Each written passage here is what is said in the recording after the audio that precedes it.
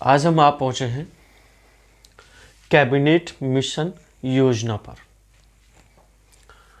जो कि 10 जुलाई 1945 को इसकी घोषणा की गई थी ब्रिटिश प्रधानमंत्री एटली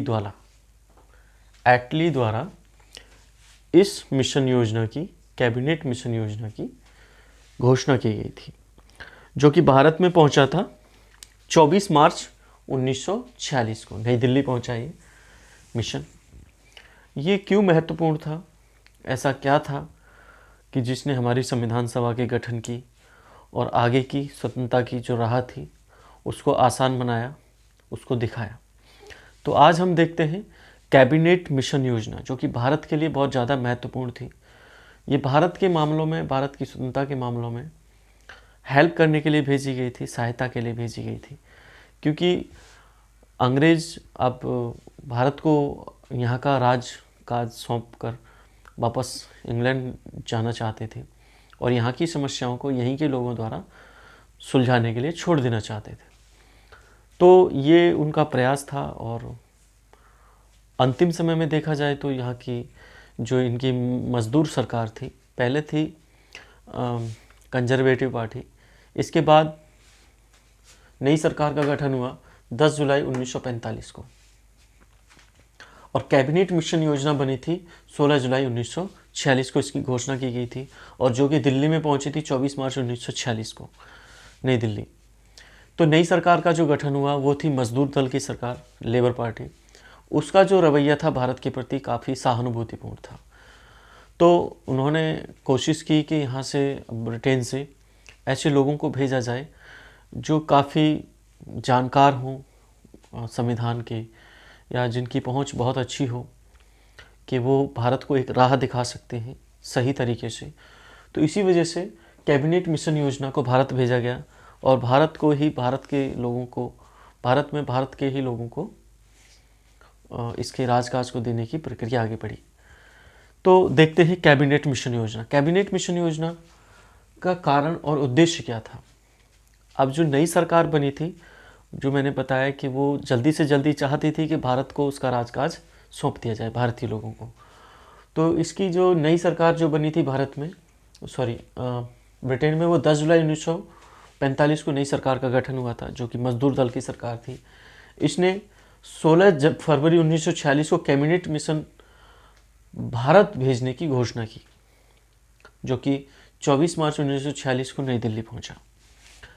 सरकार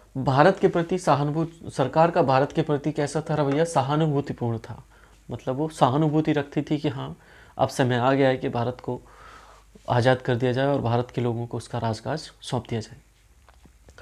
अब जो योजना भेजी गई थी, जो कैबिनेट मिशन भेजा गया था, उसमें ब्रिटिश कैबिनेट के 3 सदस्य लाए गए थे और उनको इस योजना में, कैबिनेट मिशन योजना में कहा गया कि आप लोगों की समस्याएं सुनिए, वहाँ के लोगों से मिलिए और उनकी क्या क्या राय हैं उनको हमें बताइए। उसके बाद एक योजना तैयार कीजिए ताकि चरणबद्ध तरीके से भारत को आज़ादी दे दी जाए।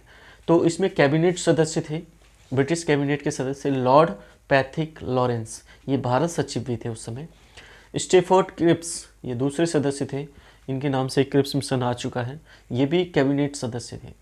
एवी अलेक्जेंडर, ये तीनों ही सदस्य इस कैबिनेट मिशन के सदस्य थे। अब बात करते हैं कैबिनेट मिशन का कार्यक्रम। इसका क्या कार्यक्रम था, भारत में क्या करना था, इसको ये सभी जानने की ज़रूरत है। मिशन ने 182 बैठकें की, जिसमें मिशन ने भारत में 182 बैठकें की, जिसमें 742 नेताओं से बातचीत की कि आप क्या चाहते हो, कैसे चाहते हो, अलग रहना चाहते हो, शामिल होना चाहते हो, या किस तरह से क्या चाहते हैं आप, आपकी राय क्या है, उनसे पूछी गई बैठकों में। और जो भी महत्वपूर्ण नेता थे, सभी राजनीतिक पार्टियों से इनकी मुलाकात हुई, बहुत सारे नेताओं से इनकी मुलाकात हुई। फिर जाके इन्होंने कुछ अपना मसौदा तैयार किया और एक पेपर बनाया। इसके बाद क्या हुआ, अंततः 16 मई 1946 को मिशन ने एक स्टेट पेपर, जो पेपर दिया, उसको स्टेट पेपर के नाम से तैयार किया, जिसे कैबिनेट योजना कहा गया। अंत में सभी से मिलने के बाद एक स्टेट पेपर तैयार किया, जिसमें सभी के सुझाव और सभी की जो भी राय थी वो थी, और उन्होंने एनालाइज करके बताया कि भारत को क्या चाहिए और क्या हो सकता है। तो इसी स्टेट पेपर को कैबिनेट मिशन योजना के नाम से जाना जाता है। आप देख लेते हैं इसने क्या क्या विशेषताएं थी, क्या क्या सिफारिशें की भारत के लिए। तो ये जो बहुत ज़्यादा महत्वपूर्ण है, इसमें कहा गया संपूर्ण भारत का एक संघ स्थापित किया जाए जिसमें देसी रियासतें और ब्रिटिश भारत सम्मिलित हों। संपूर्ण भारत का एक संघ स्थापित किया जाए, एक यूनियन बनाया जाए जिसमें देसी रियासतें और ब्रिटिश भारत दोनों ही शामिल हों।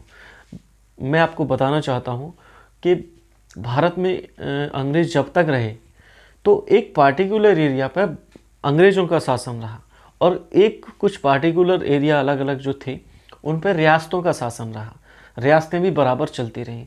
रियासतों से उन्होंने कोई भी दुश्मनी मोल नहीं ली। कोशिश की थी 1857 में, काफ़ी बड़ा विद्रोह हो गया था, उनके राज्य को मिलाने की कोशिश की थी अंग्रेज़ों ने, देसी रियासतों के राज्यों को ब्रिटिश भारत में मिलाने की कोशिश की थी, जिसमें काफ़ी उनको घाटा हुआ था और विद्रोह का सामना करना पड़ा। फिर महारानी की जो घोषणा हुई 1858 में, उसमें कहा गया कि देसी रियासतों को ब्रिटिश भारत में नहीं मिलाया जाएगा। तो इस तरह से समांतर सरकारें चलती रहीं दोनों ही जगह। देसी रियासतें अपना काम कर रही थी और ब्रिटिश भारत में जो ब्रिटिशर्स थे वो अपना काम कर रहे थे। तो इस तरह से दोनों चीज़ चलती रहीं। आगे देखते हैं, वैदेशिक मामले, रक्षा और संचार संघ के पास रखे जाएं, अन्य सभी मामले प्रांतों को सौंप दिए जाएं। इन्होंने कहा कि संघ के पास 3 मामलों को रख दिया जाए, रक्षा, वैदेशिक मामले और संचार विभाग, संचार के जो साधन थे वो संघ के पास रख दिए जाएं, अन्य सभी मामले प्रांतों को सौंप दिए जाएं, वो अपने अपने ढंग से इसको आगे बढ़ाएंगे। आगे है तीसरा है, संघ की कार्यपालिका और विधानमंडल में देसी रियासतों और प्रांतों के प्रतिनिधि सम्मिलित किए जाएं। संघ की कार्यपालिका और विधानमंडल में देसी रियासतों और प्रांतों के प्रतिनिधि शामिल किए जाएं। वही चीज़ें आ रही हैं हर जगह कि देसी रियासतों के और संघ की जो वो हैं रियासत के और प्रांतों के प्रतिनिधि शामिल किए जाएं, क्योंकि दोनों ही तरह से काम चल रहा था। रियासतें अपने काम कर रही थी और प्रांत, लेकिन उसको संघ बनाने की कोशिश में इन्होंने कहा कि दोनों चीज़ों को शामिल किया जाए, दोनों लोगों को शामिल किया जाए, तभी वो जाके संघ बनेगा। अब चौथा है, संविधान निर्माण तक 14 सदस्यीय अंतरिम सरकार का गठन किया जाए और सभी विभाग भारतीयों के अधीन सौंप दिए जाएं। जब तक संविधान का निर्माण नहीं हो जाता, उसके लिए कहा गया कि आप 14 सदस्यीय एक अंतरिम सरकार की व्यवस्था कीजिए, उसका गठन कीजिए और जितने भी विभाग हों उन विभागों में सभी भारतीयों को उनके पद सौंप दिए जाएं। इस तरह की व्यवस्था की गई इसके अंदर। और क्या था, सांप्रदायिक प्रश्न का निर्णय उपस्थित प्रतिनिधियों के मताधिकार से किया जाए। जो भी विवाद का कोई विषय हो, सांप्रदायिक विवाद का, तो उसमें जो भी निर्णय किया जाए वो बहुमत से किया जाए, मताधिकार से किया जाए, और जो बहुमत साबित हो जाए उसी चीज़ को मानना जाए। नहीं तो कोई भी किसी को मानने वाला नहीं है। पहले वोटिंग की जाए, वोटिंग में कौन जीत रहा है उसी के हिसाब से उसको निर्णय किया जाए। ये सांप्रदायिक प्रश्न के बारे में था। आगे बात करते हैं संविधान निर्माण के लिए संवैधानिक सभा की स्थापना की जाए जिसमें प्रांतों, देसी रियासतों और जातियों के प्रतिनिधि शामिल हों। संविधान निर्माण के लिए संविधान सभा की स्थापना की जाए जिसमें प्रांतों के प्रतिनिधि, देसी रियासतों के प्रतिनिधि और जातियों के प्रतिनिधि शामिल होने चाहिए। इसमें एक और चीज़ जोड़ दी गई, संविधान सभा का जब निर्माण की बात चली तो इसमें प्रांतों के और देसी रियासतों के अलावा जातियों के प्रतिनिधियों की भी बात की गई। जातियों के प्रतिनिधि की मतलब और ज़्यादा उसको पेचीदा बना दिया गया। आगे देखते हैं, ब्रिटिश भारत के 3 हिस्से कर दिए जाएं। ब्रिटिश भारत के 3 हिस्से कर दिए जाएं जो अपने संविधान का निर्माण स्वयं करें और ये तीनों संघीय संविधान का निर्माण करें। ब्रिटिश भारत के 3 हिस्से कर दिए जाएं। अब हिस्से कौन कौन से होंगे? एक में हिंदू बहुल प्रांत होंगे, एक में मुस्लिम बहुल प्रांत होंगे और तीसरे ऐसे प्रांत होंगे जिसमें मुसलमान और हिंदुओं की जो संख्या होगी वो बराबर होगी और ये अपने अपने प्रांतों के संविधान का निर्माण करेंगे तीनों ही। इसके बाद ये क्या करेंगे, ये तीनों ही मिलकर संघ के संविधान का निर्माण करेंगे। इस तरह से ये संविधान बनेगा, संघ के संविधान का निर्माण करेंगे। अब बात करें तो अब बात आती है कि संविधान सभा के निर्माण की बात। तो जुलाई 1946 में संविधान सभा के लिए चुनाव हुए। जिसमें कि टोटल सीटें पूरे भारत में, ब्रिटिश भारत में रखी गई 296 सीटें, जिसमें कि 212 सीटें कांग्रेस ने जीती और सिर्फ 73 सीटें लीग के हिस्से में आई, जिससे कि लीग को बहुत ज़्यादा बुरा लगा और उसको लगा कि अब मेरे तो किसी भी निर्णय में कोई भी वैल्यू नहीं होगी। तो इसका बहुत ज़्यादा देखा जाए तो उन्होंने अलग तरीके से विरोध किया।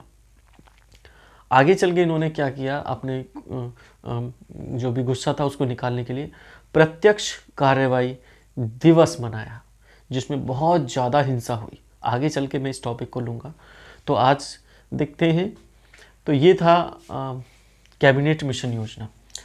तो देखा जाए तो जो लीग थी, मुस्लिम लीग, वो किसी भी तरह से अलग रहना चाहती थी, अलग पाकिस्तान चाहती थी, अलग भारत का टुकड़ा करना चाहती थी। तो उसको खुद भी समझ में नहीं आ रहा था कि मुझे क्या करना है, कैसे करना है। अब जो भी उसको समझ में आ रहा था, जैसे भी चल रहा था, वो उस मांग को पूरा करने के लिए हर कदम उठाने के लिए तैयार थी। तो आगे जो भी टॉपिक आएगा हम उसको अच्छे से करेंगे। आज के लिए इतना ही, मिलते हैं अगले टॉपिक में।